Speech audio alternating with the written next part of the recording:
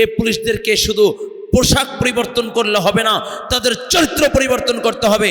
যেমনিভাবে রাশেদ নামক এক কুলাঙ্গার পুলিশের পোশাক পরেছে, ওর ভিতরে পশুরক্ত, ওর ভিতরে মানবতা বলতে কিছু নাই। ও বারবার চিল্লায় বলতেছিল, এই হাতির লাশ নিবি, আয় আয়, আমরা বিচার চাই।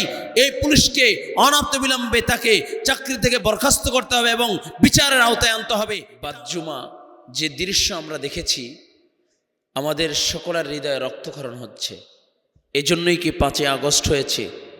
এজন্যই কি ছাত্ররা জীবন দিয়েছে?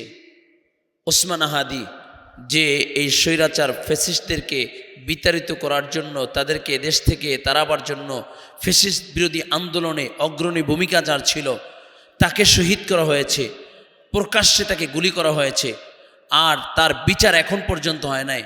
আজকে কয়েক মাস পার হয়ে গেল, এখন পর্যন্ত তার বিচার হলো না। আর এই বিচারের দাবিতে যখন ছাত্ররা মাঠে নেমেছে, তখন যেই পুলিশদেরকে পোশাক পরিবর্তন করা হয়েছে, সে পুলিশদের এখন পর্যন্ত চরিত্র পরিবর্তন করা হয় নাই।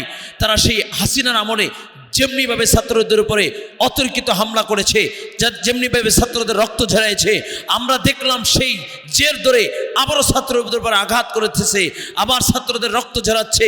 এই পুলিশদেরকে শুধু পোশাক পরিবর্তন করলে হবে না, তাদের চরিত্র পরিবর্তন করতে হবে। যেমনিভাবে রাশেদ নামক এক কুলাঙ্গার পুলিশের পোশাক পরেছে, ওর ভিতরে পশুরক্ত, ওর ভিতরে মানবতা বলতে কিছু নাই। ও বারবার চিল্লায় বলতেছিল, এই হাতির লাশ নিবি, আয় আয়, আমরা বিচার চাই। এই পুলিশকে অনন্ত বিলম্বে তাকে চাকরি থেকে বরখাস্ত করতে হবে এবং বিচারের আওতায় আনতে হবে, এটা আমাদের দাবি। আর ডক্টর ইউনূসকে বলতে চাই 92 ভাগ মুসলমানের দেশে ছাত্র জনতার আন্দোলনে যার অগ্রণী ভূমিকা ছিল, আমাদের ওসমান হাদি ভাইয়ের শাহাদাত বরণ করেছে আপনার শাসন আমলে, তাকে খুন করা হয়েছে আপনার শাসন আমলে। অতএব এই বিচার আপনারাই করতে হবে, নতবা এ দেশ ছেড়ে, ক্ষমতা ছেড়ে বিদেশে পাড়ি দেওয়ার মতো সময় কিন্তু আপনি পাবেন না।